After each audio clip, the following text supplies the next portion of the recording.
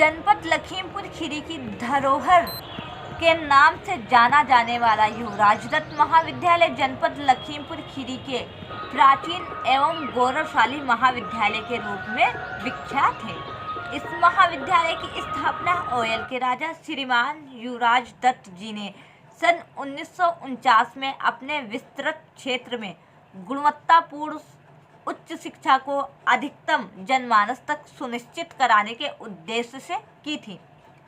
यहाँ के विद्यार्थी भी उच्च शिक्षा के लिए अपना रुझान बना रहे हैं। प्रतिवर्ष अंतर विश्वविद्यालय खेल प्रतियोगिताओं के लिए महाविद्यालय के खिलाड़ी स्टूडेंट चयनित भी होते हैं।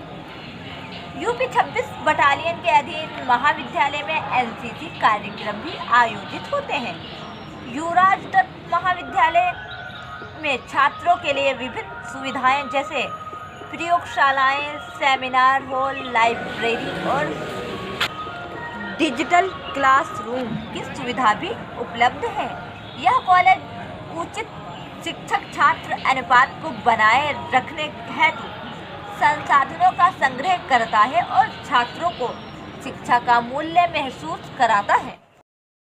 न्यूज़ स्टार चैनल में आपका बहुत बहुत स्वागत है। सर, इवेंट्स के बारे में कुछ जानने के लिए आपसे बात करना चाहते हैं। बिल्कुल, स्वागत है जी। बहुत अच्छा। सर, आप कैसे इस क्षेत्र में अधिक विद्यार्थियों को आकर्षित करने के लिए महाविद्यालय को विस्तार देने का निर्णय ले रहे हैं? बहुत अच्छा सवाल है आपका। देखिए, ये हम लोगों का बड़ा पुराना और प्रतिष्ठित कॉलेज है इस जनपद का, और राजा युवराज दत्त जी ने इसकी स्थापना 1949 में की थी। उस समय बरेली से लेकर लखनऊ के बीच में एकमात्र ये उच्च शिक्षा का एकमात्र संस्थान था। उन्होंने और उनके बाद जो उनके राजवंश ने हमेशा इस कॉलेज को बढ़ाने के लिए अपना योगदान दिया है। वर्तमान में जो हमारे प्रेसिडेंट साहब हैं राजा वीएनडी सिंह जी और सचिव महोदय, उनका योगदान हम लोगों को मिल रहा है।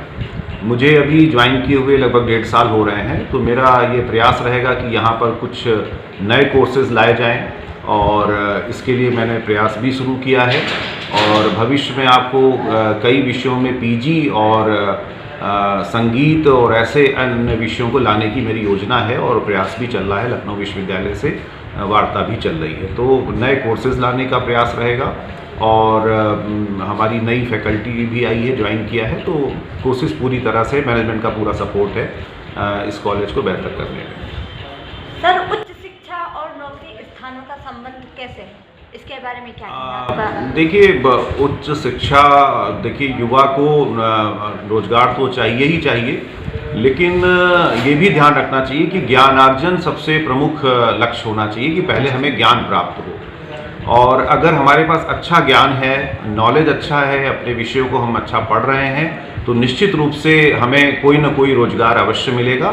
और अगर हम अच्छी शिक्षा अपने बच्चों को देंगे तो वो जो सरकार की बहुत सारी योजनाएं हैं या बहुत सारी जॉब्स निकलती हैं, उसमें हमारे बच्चे, वाईडी कॉलेज के बच्चे निश्चित रूप से आगे जाते रहे हैं। पुराना भी इतिहास है, और वर्तमान में भी बहुत से बच्चे, अभी हमारे बीएड का एक बच्चा है जो पीसीएस में सेलेक्ट हुआ है, नेट जेआरएफ हो रहे हैं।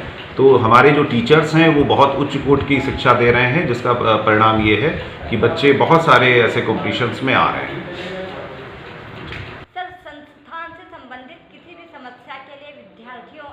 अभिभावकों का सहयोग आवश्यक है या नहीं? बिल्कुल आवश्यक है। ये यूजीसी की गाइडलाइन है, एनईपी में भी आवश्यक है कि बच्चों को एक अच्छा माहौल मिले।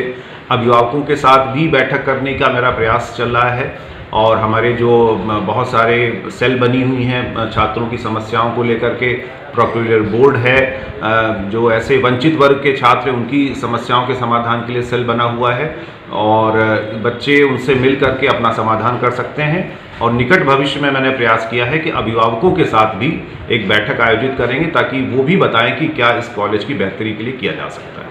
सर, छात्र जीवन को बेहतर बनाने के लिए आप कैसे मदद करते हैं?